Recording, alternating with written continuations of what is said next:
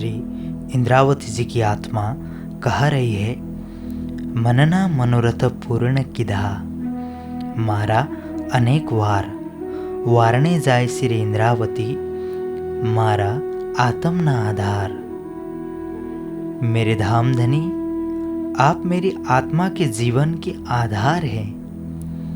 मैं आप पर बार बार बलिहारी जाती हूँ, क्योंकि आपने मेरे मन की अनेक बार इच्छाओं को पूर्ण किया है। अब प्रश्न यह होता है कि कौन सी इच्छा है? आत्मा के जीवन का आधार क्या है? आत्मा को अक्षरातीत प्रियतम चाहिए या यह संसार, अंधकार चाहिए या प्रेम का प्रकाश? आत्मा इंद्रावती अपने धाम धनी से केवल धनी का प्रेम चाहती है, धनी का आनंद चाहती है। संसार की कोई इच्छा नहीं। न चाहूं मैं बुजुर्ग की, न चाहूं खिताब खुदाए, इश्क दीजिए मोहे अपना, मेरा यही समुदाय, मेरा यही समुदाय। जब हृदय में विज्ञान यानी मारिफत प्रकाशित होता है तो आत्मा सारे ब्रह्मांड के सुखों की तरफ कुछ भी नहीं देखती। वह कभी भी राज्य से गिड़गिड़ाएगी नहीं कि मेरी संसार की यह कामना पूरी कर दीजिए।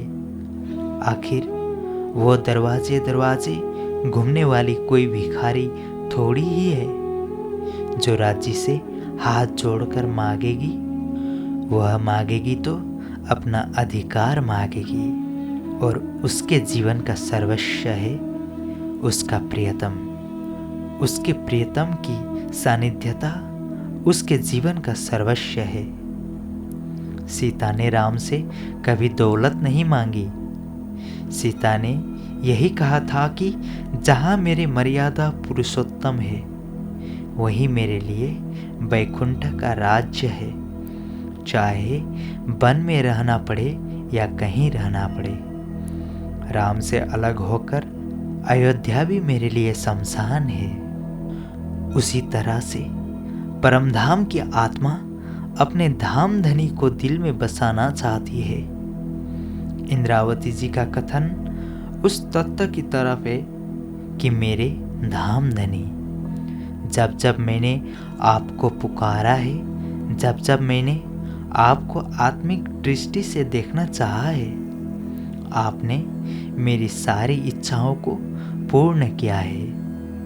अब कह रही है, माया गई पोतने घर, रास कब होगी?